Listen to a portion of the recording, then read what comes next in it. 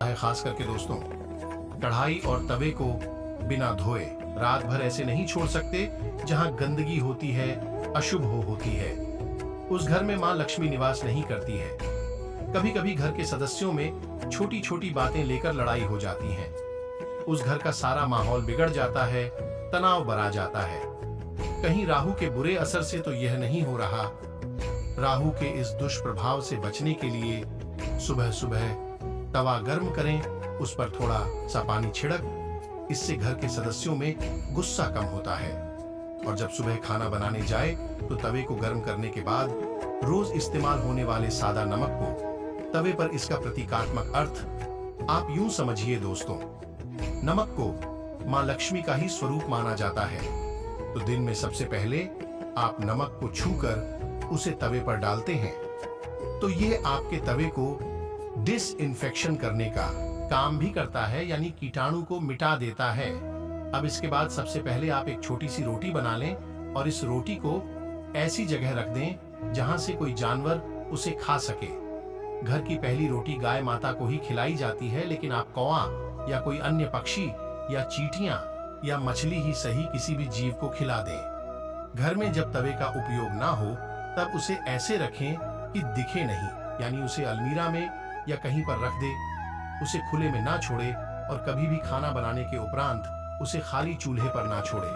तवा और कढ़ाई दोनों जहां खाना बनाते हैं उसके दाएं तरफ रखे तवे या कढ़ाई को कभी भी सीधे नहीं रखना चाहिए, यानी कि जब उनका इस्तेमाल ना हो तो उन्हें सीधे ना रखें। इसका प्रतीकात्मक अर्थ है कि हम राहु के ऊर्जा को आह्वान कर रहे हैं और प्रैक्टिकली देखा जाए कि तिलचट्टा या छिपकली या मक्खी या कोई भी ऐसी कीड़ा उस पर ना चले। ये कीड़े अगर सीधे रखे हुए तवे या कढ़ाई पर चढ़ जाए और उसी पर हम खाना बना लें तो फूड पॉइजनिंग हो सकता है। एक और बात का ध्यान रखें कि तवे या कढ़ाई को कभी भी झूठा ना करें। हम इसे कई लोग ऐसे आलसी बन जाते हैं और कढ़ाई में ही सब्जी बनाए और उसी में से खा लिया। ऐसे ना करें। इन दोनों का यानी तवे और कढ़ाई की पवित्रता का इतना ख्याल रखना जरूरी है कि इन पर झूठे सामग्री भी नहीं रखें। जैसे कि बर्तन धोते समय हम क्या करते हैं, सारे बर्तन इकट्ठा कर लेते हैं, फिर एक के बाद एक धो लेते हैं। इस टाइम पर इस बात का ख्याल रखें कि तवे और कढ़ाई पर अन्य झूठे सामग्री ना रखें। अब जानते हैं रसोई घर के वास्तु के बारे में। वास्तु विज्ञान के अनुसार रसोई घर आग्नेय यानी दक्षिण पूर्व कोने में होना शुभ फलदायी होता है। जिसे घर में रसोई घर दक्षिण पूर्व यानी में नहीं हो, तब वास्तु दोष को दूर करने के लिए एक बहुत सरल सा उपाय है। रसोई के उत्तर पूर्व यानी ईशान कोण में सिंदूरी गणेश जी की तस्वीर लगाएं। वहां पर यज्ञ करते हुए रस्सियों की चित्राकुलम का वास माना गया है, तो वहां पूजा स्थल निषेध क्यों है?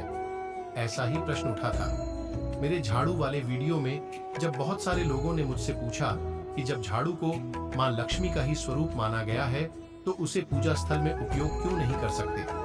देखिए, रसोई घर का ऐसा भाग है जिसका वातावरण ही गर्म रहता है। रसोई घर आंखने कोने में होता है जिसका अधिपति ही स्वयं अग्निदेव है, और मंदिर या पूजा स्थल का वातावरण ही शांत होता है, शीतल होता है। पूजा स्थान के लिए उत्तम जगह होता है नॉर्थ ईस्ट, ईशान कोण, उत्तर पूर्व दिशा यानी रसोई घर दक्षिण पूर्व में और पूजा स्थान उत्तर पूर्व में। इन दोनों का स्वभाव ही ऑन पॉजिट होने के कारण इन दोनों को एक ही स्थान पर जगह नहीं बनाई जाती। वास्तु के हिसाब से रसोई घर में चूल्हा आंखने में हो, प्लेटफॉर्म पूर्व दक्षिण को घेर हुआ हो, वॉश बेसिन उत्तर में हो, भोजन बनाते समय मुख पूर्व की ओर हो, उत्तर व दक्षिण में कतई ना हो। रसोई घर में पीने का पानी उत्तर पूर्व की दिशा में रखें। रसोई घर में पानी और आग को कभी भी पास पास ना रखें। रसोई घर में गैस दक्षिण पूर्व दिशा में रखें। डाइनिंग टेबल दक्षिण पूर्व में ही हो ना चाहिए। रसोई घर में भोजन करते समय आपका मुख उत्तर पूर्व दिशा में होना चाहिए। मकान में अलग डाइनिंग हॉल की व्यवस्था हो तो देख ले कि डाइनिंग हॉल पश्चिम या पूर्व दिशा में हो। फ्रिज उत्तर पश्चिम में रखें।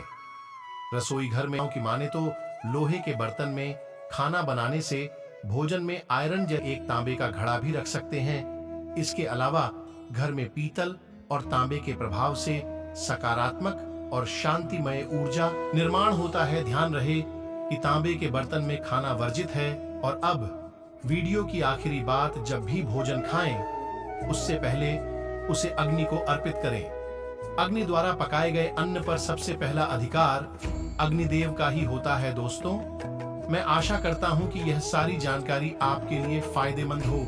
आपके अमूल्य समय के लिए धन्यवाद। हम फिर मिलेंगे अगली वीडियो।